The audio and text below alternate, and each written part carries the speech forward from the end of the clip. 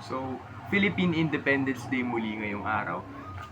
Last year, gumawa rin ako ng video tungkol sa Philippine Independence Day, tungkol sa namamatay na ba Philippine nationalism. Ngayon, parang update ko lang yung mga pananaw ko dun. Kasi yung mga pananaw ko na sinabi sa video na yun, madalas yung mga, halos lahat mga sinabi ko nun, I still agree with it. Pero, of course, meron din ako mga in the 1 year na nangyari, madami akong na-experience, madami akong natutunan, madami akong naranasan, madami akong napagtanto. Mainly, so, sa 1 year na nangyari na yun, meron nangyaring protesta sa Luneta Park dahil sa flood control corruption. At corruption, yung issue ng corruption, pabalik-balik lang palagi sa Pilipinas. Simula nung kailan pa, ever since, sa araw na tinayo ang lipunan ng Pilipinas, issue na ang korupsyon, palagi ng problema ang korupsyon. Sinasabi na sa atin, Sir Ramon Magsaysay daw, pinakamagaling na presidente. Kahit teacher ko rin sa Pilipinas, sinabi sa akin nun, CIA PSYOP, CIA backed, binanipula ng CIA. I guess yung pinaka lumawak ngayon sa pananaw ko is how much tayo talaga nasira ng Estados Unidos. Parang hanggang ngayon parang sakop pa rin tayo ng Estados Unidos, kahit sabihin nating malaya na tayo, kahit sabihin nating independent pa rin tayo. Para sa akin, naniniwala ako, parang sakop pa rin tayo. Mas pipiliin ko masakop ng Estados Unidos kaysa masakop ng China, kaysa masakop ng kahit anong bansa, don't get me wrong. Pero the issue remains the fact that our minds are invaded by American forces. Mas hilig natin makinig sa mga kanta ng Amerikano, mas hilig natin i-consume ang mga media ng Amerikano.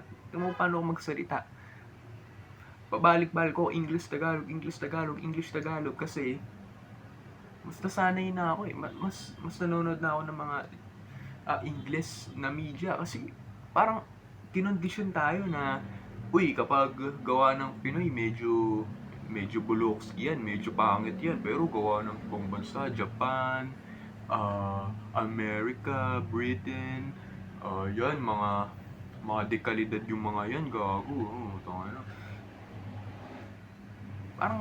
parang kabobohan eh. No offense, pero para sa pananaw ko parang ganun eh.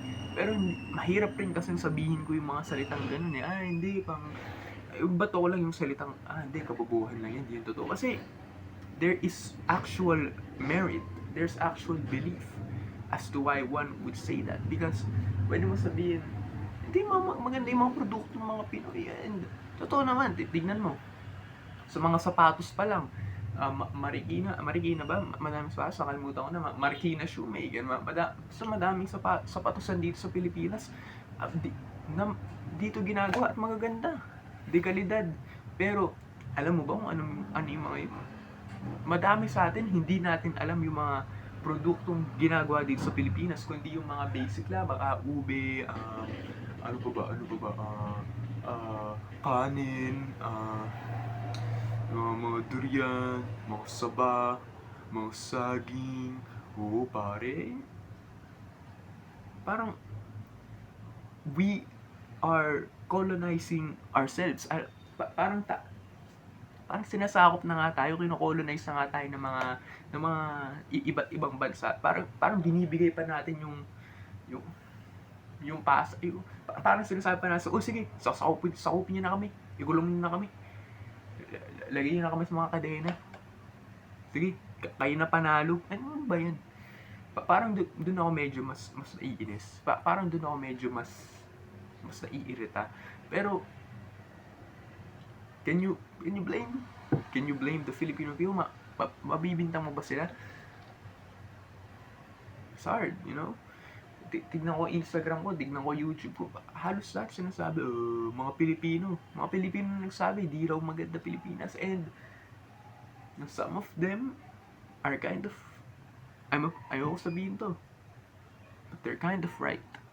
Madaming issue dito sa Pilipinas hanggang ngayon hindi pa rin nagagawa ng solusyon. Yung mga daanan, puro traffic.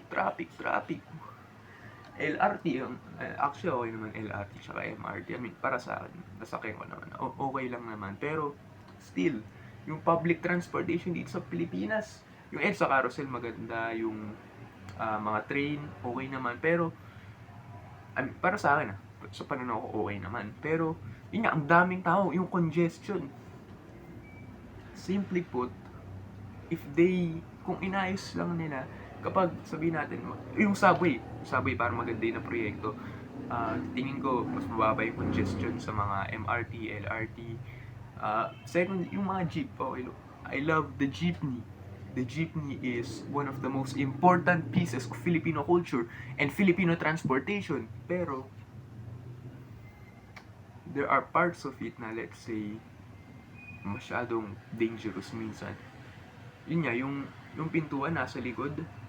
Tapos, actually, wala kang pintuan eh. Kaya, yung mga Egypt, tingin ko okay naman eh. Pero, kasi galing na naman sa China eh. Supply na naman ng China. Meron dito sa Pilipinas, gumagawa ng mga sarili-sarili ng Egypt, modern jeepney. Ba't di lang yun yun lang isupply ng mga gobyerno. Yun lang sabihin nila, okay, ito mga jeepney, nagawa dito sa Pilipinas, na Egypt, ito lang manufacture natin, ito lang i-promote natin, ito lang kunin natin. Tapos yun nga, yung sa mga traditional jeepney drivers, natanggalan pa ng trabaho na ba yan? Hindi, oo nga, tapos kinukuha pa yung mga jeepney, tas ng kas. Lahat nagmamahal, pero minimum wage, salary, pareho pa rin. Parang halos pareho pa rin. Palaging 20k per month. Mahirap mabuhay sa 20k per month. Para sa akin, yun lang sa pananaw ko. 20k per month. How much will you have left to save? Not a lot. How much will you have left to enjoy? Not a lot. Now, kahit man yun, Filipinos still spend, sabi nila, okay lang, let's go out. Debt culture.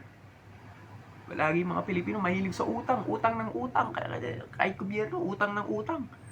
Tapos sasabihin, okay, allocate tayo budget para sa magbayad ng utang, pero taas pa rin ang utang. Tangina, utang ina. Ano ba? Nandito pala tayo para pag-usapan Philippine nationalism. What are some good in the Philippine country? Parang mas sumalawak ng isipan ng mga Pilipino. Kapag titingnan mo yung social media, babasahin mo, sabi yung mga edukasyon, mapapansin mo na yung mga tao, mas sumalawak na yung utak ng mga Pilipino, mas gumaganda na yung edukasyon. Kahit sabihin natin na, okay, may mga problema pa rin sa edukasyon, pero you can see that kahit yung mga taong nanggagaling sa, no offense, kahit sa mga nanggagaling sa public school, private school, kapag kunin mo silang dalawa, isang estudyante galing sa private school, tas isang estudyante galing sa public school, paglaban mo silang dalawa, I would say that the battle would be very fair. So I would say, nag-i-improve ng edukasyon ng Pilipinas. Para sa akin, bilang isang estudyante at mag-aaral, napapansin ko mas dumadami yung mga matatalinong tao at mga matatalinong kabataan dito sa Pilipinas. At let's say, mas madami nang nagiging aware sa mga issue dito sa Pilipinas at hinahanapan ng solusyon. Sa mga probinsya, mas nakita mo yung mga taong nagtutulungan. Kahit din dito sa Manila, sa QC, mas madami ng taong nagtutulungan para gawing mas mabuting bansa ang Pilipinas. Dahil napapagtanto nila, tayong mga Pilipino, tayo ang nagmamay-ari ng Pilipinas. Tayo ang magbubuo at mag-aayos ng Pilipinas. Bahala ng gobyerno. Dito lang sa area namin, yung mas dumadami na yung I guess yung mga community projects na nakakatulong talaga para sa lahat, yung mga basta gumaganda na talaga yung mga tao, nagtutulungan talaga, nag-unite na talaga.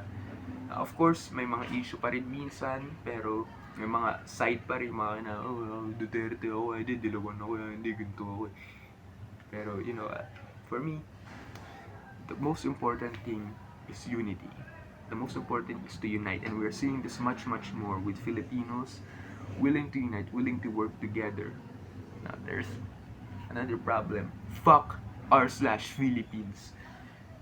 Hindi, para sa akin, mas maganda yung r/2ph for you. Kasi parang dun sa r/Philippines, parang mga elitist eh. No offense ha.